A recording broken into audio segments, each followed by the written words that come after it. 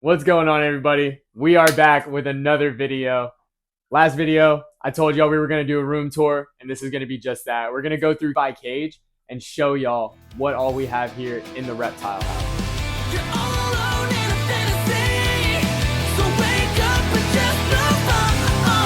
We're dead and gone, and I don't mind, honestly, I don't mind. All right, guys. So I figure why not start since we're at the back of the building. We're going to go over the big Croc enclosure. This enclosure, like I said last time, it measures 15 foot long, 7 foot tall, and 4 foot deep. These trees, I constructed myself. In here, we actually have Cookie, the Croc monitor, on loan to us from Goats Wildlife. Now, this enclosure is actually intended for both of our Croc monitors. What is actually going to happen, we're still going to go through some tweaks. We're going to take this tree out and we're going to actually install a divider with acrylic paneling so that way the Crocs can still get used to the smells and everything. And that way, when it comes time for the breeding season, they'll be able to copulate as needed, go to their separate areas. So that way we don't have any mishaps happen. Now, if something does go wrong, it'll be easier to separate, slide the acrylic paneling in, no problems there. All right, guys. So with this enclosure, obviously it's not perfect. It is not the zoo quality that people might be envisioning when it comes to sharing collections on YouTube, right? Now, what this enclosure does have is a lot of robustness. What I mean by that is it can withstand the destructive nature of a Croc monitor, right? Total time, we're talking about 6 months to acquire the wood for the framing, the paneling, the curing process for all of the silicone, the paint, dry lock, spray foam, mortar mix. Let's see, paint. There was so much material that went into this that obviously it's going to take a while. Now, another big reason why I am now considering wanting to get rid of this third middle tree is actually because a lot of the mortar mix is flaking off on this one particularly. And I firmly believe that that's because I did not sand it down well enough. And by that, I mean sanding down the spray foam. So I think the divider is actually going to be a good option. And that's just really going to be moving substrate and building it in place while the Croc monitors are in there, which should be fun. So, all right, y'all. So the first snake that we're going to be talking about after the Crocs is going to be our lovely girl, Ophelia. Now, Ophelia is an Australian olive python. These guys, I like to call them retics without being retics. They are amazing. They are a large species of constrictor. They are actually a part of the amethystine python complex. So very similarly related to amethystine pythons, Papuan pythons, and other pythons of that sort within the same region. Now, she is not full grown. She is about 5 years old, roughly. Very, very big, beautiful girl. We're actually feeding her medium rabbits right now. She eats once a month. Super, super active. I just love these guys. Hi, mama. They're great. So if you guys are interested in having a python that doesn't get nearly 20 foot long, olive pythons would be a great fit for you. Now, as you can see, pretty friendly for the most part. You still want to be cautious because they love faces. And they also love to climb as she wraps around my head. But very sweet girl. I've never had any problems with her. And she's always looking for interaction. Always, always, always. And they're fairly docile. Now, obviously, there can be outliers. Total length on these guys, they'll get about 12 to 14 foot as a female. Males will cap out usually around 10 to 12 foot. But a very fun species nonetheless. All right, guys. Up next, this is Chyno, our lovely boy. Now, Chyno is a lesser Sunda king cobra. Ophiophagus bungaris, for those that care about the scientific names. He is a very big boy. He's only about 3 years old, so definitely not the biggest king out there, but he's rather large. I don't want to take him out and do too much handling with him because he is looking rather dull, so I'm assuming that he is getting ready to go into shed. So, with that being said, we're just going to leave him be and let him do his thing. Now, one thing about king cobras that I love, they are the longest venomous snake on Earth. So these guys have been reported to get up to 16, 17, even 18 foot. Absolutely amazing creatures, and they're breathtaking. Now, for how smart they are as snakes, they have so much more capacity to understand and think about things and observe everything that's going on around them. At the end of the day, they still are a snake, but some of the smartest snakes in the world, in my opinion. All right, guys. So up next, we're going to take out the goodest boy. Now, if you guys don't know who this is, because you're new here, no worries. This is our lovely boy, Gaboon. Gaboon is an Argentine black and white Tegu. Hey, good mornings. He's a very sweet boy. Now, Gaboon we actually got as a rescue. So when we got him, he was really underweight, super small boy. Definitely, he hadn't even been through brumation yet. And the story behind him, he was actually left by himself, abandoned for about 2 weeks.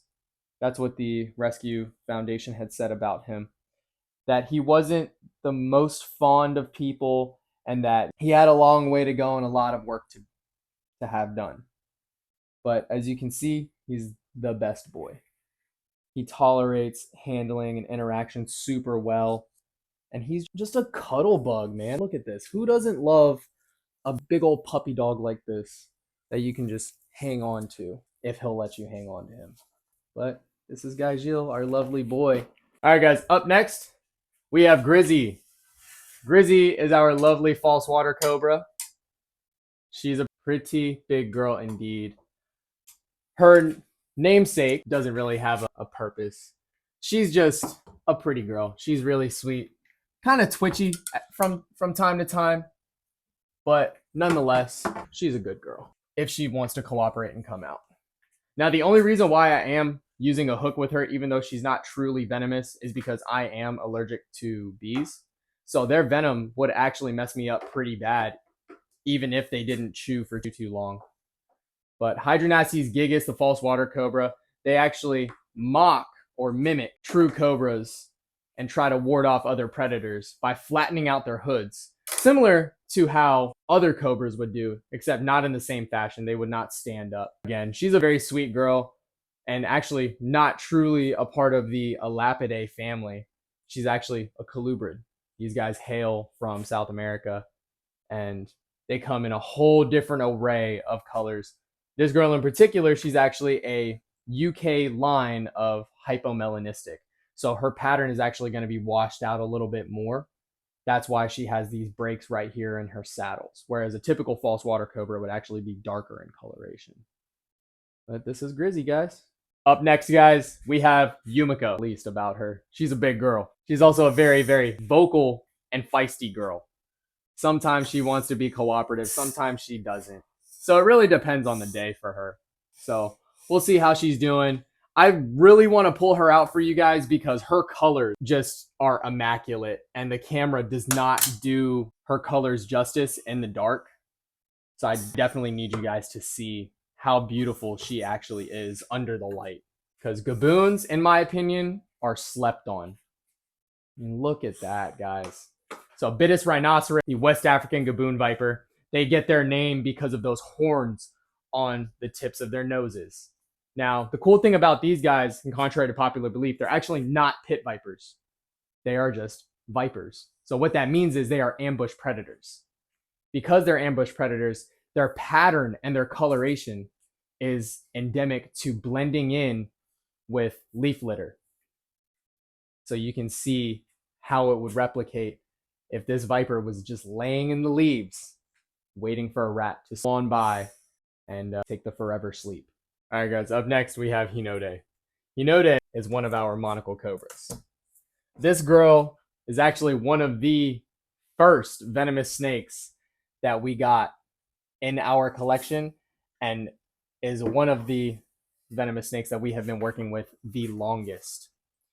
So I like to emphasize and stress that because this animal not only has been with us for the longest amount of time as far as venomous goes, but she is also very forgiving when it comes to handling. And she is actually who I learned to handle with when it comes to Elapids. Very big girl. She is a T-positive albino monocled cobra, and she is het for leucistic. So the plan actually in the future is to breed her to our male, who is also het for leucistic. And sometimes she gets real huffy and she likes to put on a show for us. Sometimes she doesn't, sometimes she does. It just depends on the day with her. But like I said, she is a very beautiful monocle cobra and she loves interaction. She loves getting worked with. All right, guys, up next, we have Aki. Aki is a very special boy. He holds a very special place in my heart. Why, you may ask? Because he's an absolute derp and we love him. So this guy is an Egyptian banded snouted cobra. I don't actually think he knows that he's a cobra because very little have we actually gotten him to hood up. He's just the goodest boy. Now, the Egyptian banded snouted cobra is actually the third largest cobra in Africa. These guys will get up to 8 foot long and are just immaculate specimens. And he's gorgeous. Now, he is a little dull right now because he is getting out of shed, but still a beautiful boy nonetheless. And like I said, he's super tolerable and he just doesn't have a care in the world. Doesn't have a thought behind them eyes. But we love him all the same. All right, guys. So up next, we have Gemma. Now, Gemma is a feisty girl. Gemma is also not a very common girl to see in the hobby. I only know a handful of hobbyists that do keep this species just because of the availability of these guys. Now, this is Crotalus zobcon, or the Yucatan rattlesnake. These guys, in my opinion, are the best looking rattlesnake around. Their beautiful coloration, how they have this striping coming down their body, and they will actually fire up similarly to geckos. That's normally where you hear that term. And the diamonds in the pattern on these snakes will actually turn that bright blood red, especially during the breeding season. They want to put on their nice colors, put on the best outfits, and show out for the one time. Now, this individual right here is a European captive bred and born individual, and her parents, this girl still has a lot of growing to do and she has an attitude. She's not rattling right now, but I promise you, once she starts, she will not stop. All right, guys, up next, we're gonna put the camera down, make it a little stationary. I got my buddy Tyler here. He's gonna spot me while we do this. Anytime that you are working with venomous and anytime you are working with, for the term snakes, always have somebody with you. Up next, we have Atla. She is a West African banded forest cobra. Now, everybody knows the reputation with forest cobras are kind of wild. They're very, I think is a good term. They are very quick, they are extremely athletic, and they love to come at your chest for no reason. Now, this girl, not terrible. She likes to run. She is quite quick, and this individual will definitely come at you with full intent. Again, like I said, a very athletic individual. You see how she just came up towards my hand like that? She does not care at all. She said, I don't know who you are. I don't like you. Just let go of me. Now, these guys are very large, true Naya. This is the largest true cobra in the world, behind that of the black forest cobra as well as the brown forest cobra. These are also very thick individuals, as you can see. Now, this girl in particular does have a little bit of nose rub, so we are going to be medicating with silver sulfadiazine to help with that. Right there, Tyler's just trying to get her attention so that way you guys can actually get a good shot of her. This is the one downside to Elapids, is that a lot of the time they do not stop moving. But beautiful high yellow West African banded forest cobra. A beautiful specimen indeed. And definitely, like Tyler just said, a heavy specimen. Last time she was weighed, she clocked in at 13 pounds. So that's 7.5 feet and 13 pounds of I will hurt you. So we're gonna go ahead and put this girl back, let her chill out, let her do her thing. Hope that she doesn't run back out of the enclosure. All right, guys, up next, we're gonna go ahead and pull out Anubis. Now, based off of the name, you could probably guess what kind of cobra this guy is. Anubis is a true Egyptian cobra, Naya Haja. Now, Naya Haja was actually the cobra that the Egyptians believed to have bit Cleopatra. This guy right here is a very flighty individual. Pretty twitchy, he likes to move around a lot. Once you get him out of his enclosure, he's not too bad. He just wants to check everything out. He wants to run, in a sense. Doesn't really hood up outside of his enclosure And you can see right there his ventral scales, beautiful yellow color, and a very nice coppery bronze coloration down his back. He does have a couple of spots on him that are bright yellow, as these guys come in an array of colors and patterns, but primarily just brown. All right, guys, as y'all can see, we're geared up. The next snake to come out is going to be Saber. Saber is a Samar spitting cobra. This girl right here, although very reluctant to spit, we do not want to take any chances. A beautiful species of Philippine spitting cobra. These guys come from the southern coast of the Philippines and, again, are very reluctant to spit. They're actually a pretty laid-back individual. Now, if you guys have noticed through the collection and what you've seen so far, I am obsessed with yellow and especially black and yellow. And for those wondering, no, I am not a Steelers fan. This girl right here was on my list for a very long time because Samar cobras are not kept widely. I personally know 2 people that privately keep Samar spitting cobras, and the people that do keep them and have worked with these individuals, they can all say they do not disappoint whatsoever. This girl's name, again, Saber, comes from that high yellow coloration. One of my favorite animes or anime series is actually Fate Stay Night, and she reminded me of Saber, the character.